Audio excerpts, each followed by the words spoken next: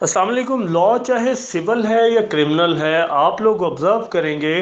कि लेजिस्लेचर का दोनों लॉज के अंदर ये फोकस मौजूद है कि अगर कोई मैटर किसी भी कोर्ट के अंदर एजिटेट किया गया, उसका सब्जेक्ट मैटर सेम था, पार्टी सेम थी, कोर्ट के पास कंप्यूटर ज्यूरिस्डिक्शन थी और उसके ऊपर एडजुडिकेशन की गई और एडजुडिकेशन करके उस मैटर को डिसाइड कर दिया गया, तो तब तक जब तक उस कोर्ट का वो डिसीजन इंटैक्ट है, मौजूद है, इन्फोर्स है, तब तक उस पार्टी को, दोनों either side of the plaintiff और द डिफेंडेंट्स, किसी को ये इजाज़त नहीं है कि वो इस मैटर को दोबारा उसी फोरम के ऊपर एजिटेट कर सके। अपील, रिवीजन, ये सारी रेमेडीज तो मौजूद हैं और ऑब्वियसली इसीलिए दी गई हैं कि अगर किसी कोर्ट के फैसले पे किसी को एतराज़ है तो उसको एपेक्स फोरम के ऊपर असेल किया जा सके। लेकिन जब तक वो इन फील्ड है जजमेंट, तो रेस जुडिकेटा सिविल कानून के अंदर अप्लाई करता है, जिसकी कंडीशंस यही हैं, चाहे वो मैटर एक्चुअली रेस किया गया या वो कंस्ट्रक्टिवली मौजूद था काज ऑफ एक्शन के वक्त और पार्टीज ने चाहे इंटेंशनली या अनइंटेंशनली उसको एजिटेट नहीं किया, तो कंस्ट्रक्टिवली भी दोबारा उस मैटर को एजिटेट नहीं किया जा सकता। यही बात आपके कानून सीआरपीसी के अंदर 403 के अंदर भी मौजूद है, जिसकी लाइंस टोटली सिमिलर हैं विद द रेस जुडिकेटा। और इन दोनों कानूनों को, चाहे सिविल हो चाहे क्रिमिनल हो, इनको कॉन्स्टिट्यूशन ऑफ पाकिस्तान जो है उसकी बैकिंग भी हासिल है। जो आप लोगों ने एक फेमस मैगजिम सुना होगा कि no one can be vexed twice for the same prosecution और for the same offence, meaning there by either it is civil law, it is criminal law और कॉन्स्टिट्यूशन ऑफ पाकिस्तान, हर एक के अंदर ये रूल सेम है विद सर्टन एक्सेप्शंस। 403 भी आपका यही बात करता है क्लास 1 के अंदर, जहां पे वो ये बात कहता है कि जब भी कोई जजमेंट ऑफ एक्विटल या कन्विक्शन इन फोर्स होगी, इन फोर्स मीन कि जब तक वो इंटैक्ट है, किसी ने अपील के अंदर ना तो उसको सेटिसाइड किया, ना मॉडिफाई किया, ना उसको जो है अपहेल्ड किया, जब तक ये चीज़ इन फील्ड है, इन फोर्स है, तब तक कोई भी उस एक्विजिशन को दोबारा एजिटेट उस शख्स के खिलाफ नहीं कर सकता। ये आपका 403 सीआरपीसी की क्लास 1 कहती है। आगे उसकी सर्टन एक्सेप्शंस है जहाँ पे जाके वो एक्सप्लेनेशन दे रहा है कि अगर ऐसा कोई डिस्टिंक्ट ऑफेंस था, क्लास 2 ये कहती है कि अगर कोई डिस्टिंक्ट ऑफेंस था जिसमें वो चार्ज हो सकता था लेकिन वो चार्ज नहीं हुआ, उस सूरत के अंदर उसको दोबारा ट्राई किया जा सकता, फिर उसको 403 की प्रोटेक्शन हासिल नहीं होगी। और इसको समझने के लिए इसी की इलस्ट्रेशन में अगर आप देखेंगे 403 की, तो आपको इलस्ट्रेशन मिलेगी कि अगर किसी शख्स को कोई मर्डर के लिए ट्राई किया गया लेकिन उसको 392 के लिए, चोरी के लिए या रॉबरी के लिए किसी भी वजह से ट्राई नहीं किया जा सका, तो उसको सब्सिक्वेंटली 392 में भी ट्राई किया जा सकता और एक्यूज ये प्रोटेक्शन नहीं ले सकता कि मुझे 403 की प्रोटेक्शन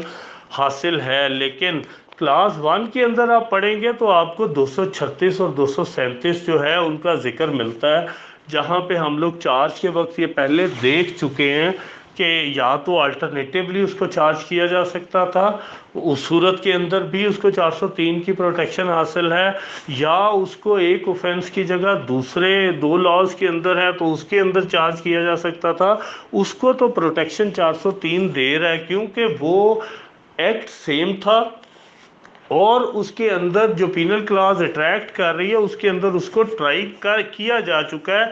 इस बात के ऊपर ट्राई नहीं किया जा सकता कि ये दूसरे कानून के अंदर भी जुर्म है, लिहाजा तुम्हें जो है उसके अंदर भी अब ट्राई किया जाएगा, उस पर 403 फौरन हिट करेगा। लेकिन अगर कोई ऐसा डिस्टिंक्ट ऑफेंस था जिसके ऊपर उसको चार्ज नहीं किया जा सका, तो फिर 403 की जो है वो एप्लीकेशन उसके ऊपर नहीं होगी। इसी तरह अगर आप क्लास 3 देखेंगे तो 403 में आपको ये बात मिलेगी कि अगर कोई सेम ट्रांजैक्शन के अंदर कोई एक्ट हुआ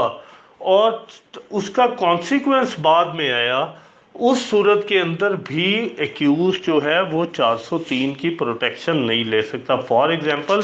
किसी शख्स ने किसी को फायर आर्म से या वेपन से जो है वो फायर किया और वो उसके वाइटल पार्ट पे लगा, और इस वजह से 324 जो है उसकी एफआईआर दर्ज हो गई उस पर, और 324 जो है वो ओबियसली अटेम्प्ट टू मर्डर है। तो अगर उस शख्स को उस ऑफेंस में ट्राई कर दिया गया और बाद में दूसरे शख्स जो है जिसको फायर लगा था, अगर उसी एक्ट के कॉन्सिक्वेंस के अंदर वो बाद में मर्डर हो जाता है उसी ज़रब की वजह से, फॉर एग्जांपल कि वो हॉस्पिटल में एडमिट रहा 2 महीने 3 महीने और इसी दौरान उसकी जो है वो डेथ हो गई उसी इंजरी की वजह से, और मीनवाइल ट्रायल भी कंप्लीट हो गया, तो उस सूरत के अंदर भी एक्यूज जो है चूँकि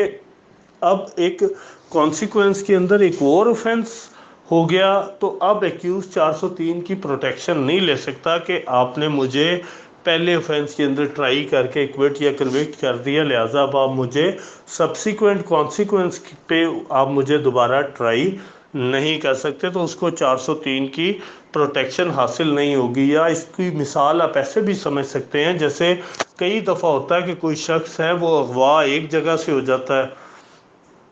और बाद में उसकी रिकवरी नहीं हो रही होती और एफआईआर दर्ज हो जाती है, दर्ज होके इवन रिकवरी के बगैर भी उसका ट्रायल एब्डक्शन का चलता रहता है, क्योंकि एविडेंस ऐसी होती है कि जिसके ऊपर एक्विजिशन स्ट्रॉन्ग होती है, लिहाजा उसको चार्ज भी किया जाता है, ट्राई भी किया जाता है। लेकिन बाज़ दफ़ा क्या होता है कि जहाँ से कोई अगवा होता है या जहाँ पर मुकदमा दर्ज होता है अगवा का, वहाँ से जो है वो रिकवरी नहीं होती, और बाज़ दफ़ा जो डेड बॉडी की सूरत में रिकवरी किसी और जगह से होती है और वहाँ पे भी एफआईआर दर्ज हो जाती है उस मर्डर की। तो यहाँ पे भी एक्यूज जो है वो ये प्रोटेक्शन नहीं ले सकता कि मैं अगवा का ट्रायल भुगत चुका हूँ, अब आप मुझे उसी अगवा शुदा बंदे की डेड बॉडी के अंदर या 302 के अंदर आप मुझे ट्राई नहीं कर सकते। तो ये भी 403 जो है उसको प्रोटेक्शन जो है वो नहीं देता। सिमिलरली आपकी जो नेक्स्ट क्लास है वो ये कहती है कि अगर कोई शख्स जो है, अगर उसको जो रेस जुडिकेटा के अंदर मैं आपको बता चुका हूँ कि वहाँ पे भी कोर्ट का कंपिटेंट जुरिस्डिक्शन का होना ज़रूरी है। ये नहीं हो सकता कि एक कोर्ट को जुरिस्डिक्शन ही नहीं थी और उसने किसी मैटर को डिसाइड कर दिया, तो ना तो ये रेस जुडिकेटा के ऊपर अप्लाई करता है और ना ही ये क्रिमिनल लॉ के अंदर करता है कि अगर कोई ऑफेंस जो है वो कंपिटेंट कोर्ट ने either in shape of pecuniary jurisdiction भी कह लें या आप टेरिटोरियल जुरिस्डिक्शन भी कह लें, कि अगर किसी मैजिस्ट्रेट साहब को या सेशन कोर्ट को टेरिटोरियल जुरिस्डिक्शन ही नहीं थी, या फिर उनको पेक्यूनरी जुरिस्डिक्शन नहीं थी, या फिर उनको जो है वो ऐसा जो लोकल जुरिस्डिक्शन थी उनकी वो भी नहीं थी और उन्होंने उसको ट्राई किया, तो सब्सिक्वेंटली कोई भी 403 जो है उसकी प्रोटेक्शन नहीं ले सकता, क्योंकि कोर्ट का कंपिटेंट होना सिविल लॉ हो या क्रिमिनल लॉ हो, उसकी जुरिस्डिक्शन का कंपिटेंट होना जो है वो बहुत ज़रूरी है। तो ये आपकी जो है 403 सीआरपीसी इन सिचुएशंस को डील करती है और इसके अंदर आपको एक्सेप्शंस भी मिलती है। सिमिलरली आपको इसकी आखिरी क्लास के अंदर जो एक्सप्लेनेशन है वहाँ पे ये आपको बात मिल जाती है जो हमने पहले भी सेक्शन 200 के अंदर या 203 जो है उसके अंदर आपको देखा था कि जहाँ पे जो कंप्लेंट है वो डिसमिस हो जाती है इवन प्रिलिमिनरी स्टेज के ऊपर, या आपने 249 सीआरपीसी का भी कंसेप्ट देखा था कि किन किन सूरतों के अंदर जो है वो प्रोसीडिंग्स को स्टॉप किया जा सकता है।